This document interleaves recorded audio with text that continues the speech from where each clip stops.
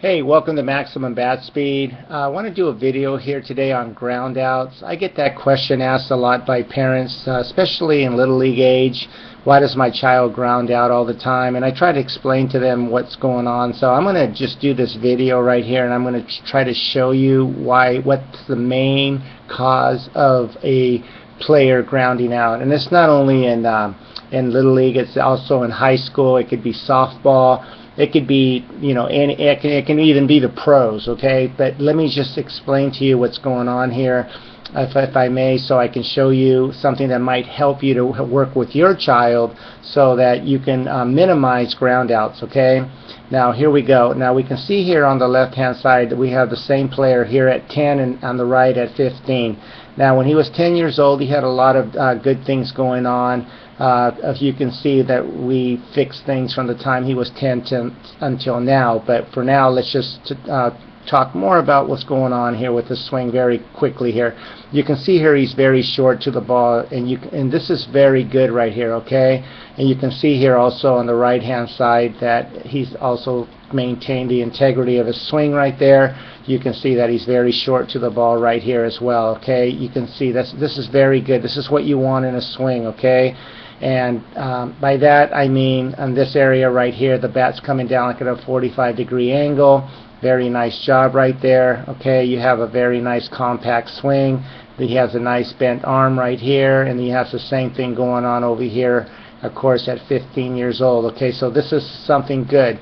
And the reason I'm explaining this is because you can start off with a very good start of your swing, but if things later on are not in the right order or mechanically sound, you can start having problems with grounding out or other issues, okay? So now, as we go a little further here, you're going to see here he has a very nice bat lag, and again, this is what I look for in my players when I'm working with them. You see this in high-level swings, elbows up there by the mouth, and at bat lag, this is what you want to have. And you can see here, let me get this back right here, and you can see here on the right-hand side that again, he's doing this as well. Okay, he's maintaining that elbow by the mouth. He has that bent elbow right there. Okay, everything looks really very nice. Okay, so again, so far so good. Now, as we go further onto the swing here on the left-hand side, you're going to see that as he hits the ball right there, the ball's starting to go on the ground. Okay, you can see it right here that this would have been a ground out. Okay, he's pretty much just barely hit the top of it, and the ball's going to be going on the ground. But even though he did that, you can see here that his swing, this is a very nice swing right here. You can see here he has what I call a batter's box, and this is what I look for, okay? At this part of the swing, this is what your swing should look like, the barrel below the hands, okay? And he has that nice hitter's box, okay? Now again, let me back this up. And then here on the right-hand side, you're going to see the same thing here going on here, where as he starts to hit the ball, you can see here that he's doing the same thing here as far as having the same kind of mechanics. He has that really nice hitter's box and barrel below the hands, okay? So we established that so far so good, okay? Now, why did he ground out with what's going on here on the left, okay? And the reason why is this.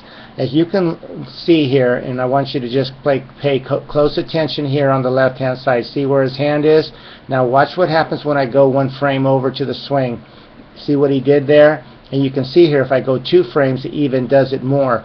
Okay, now what happened is, right at this point right here, if I had super slow-mo video, you could see that his hand, even at this point right here, this right here was already occurring back here, okay? Very, very slightly, but that's all it takes for a player to start to ground out. So from here, again, everything looks fine, but if you go to 1 frame over, see what's going on?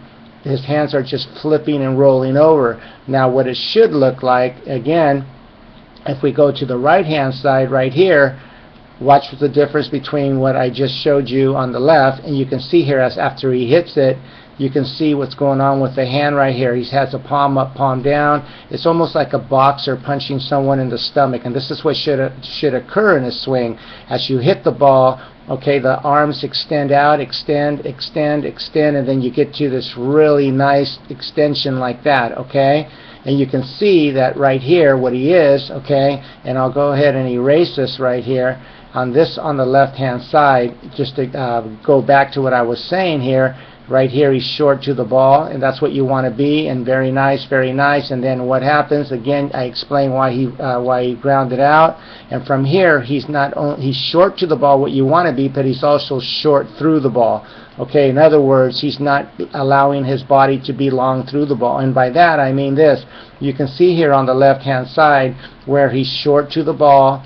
Okay, and then what happens is he gets the ball right there, and then he's long through the ball. Okay, this is what you want. You want to be long through the ball.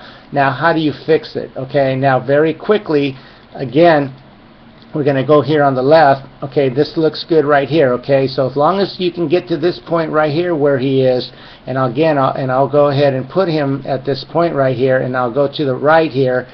If you can get him to this point right here, and like I just mentioned, in those areas right here, the thing that you want to tell your child is keep the barrel below the hands. And as you do that, try to get extension so the barrel stays below the hands, barrel below the hands, barrel below the hands, all the way to full extension. You see right here, he hasn't even gotten to full extension yet, and you can see that even this far in the swing, the barrel is still below the hands. Okay, and what happens with most kids, okay, you can see right there, this is very nice mechanics here. You can see right here where his hands are right here. Okay, now watch what's going on with him on the left when he was 10. See that? Now instead of the hands moving up and going up by the mouth, you can see that he's just rolling over right there. Okay, the bat is not below the hands. All right, you see that? Right here, it looks good like I mentioned, but watch. Is the barrel below the hands? Absolutely not. Okay, now the barrel's even with the hands. Okay, same height as the hands. Now they're even above the hands. And at this part of the swing on the right-hand side, you can see that really the main difference in what he's doing here. And we worked on this for quite a long time, and he got to the point like where he is on his right. He's been applying these mechanics for quite some time, but again, this has really helped him to minimize grounding out. Okay, it helps a lot. All right, his ground outs when he was younger used to be quite frequently. As he's gotten older, he hits a lot more balls that are less ground outs, and he hits more, gives himself far more opportunities. Okay, so again, I hope this video helped you to see the difference between getting that barrel below the hands for a long period of time, and again on the left hand side right here, this causes ground outs. Okay.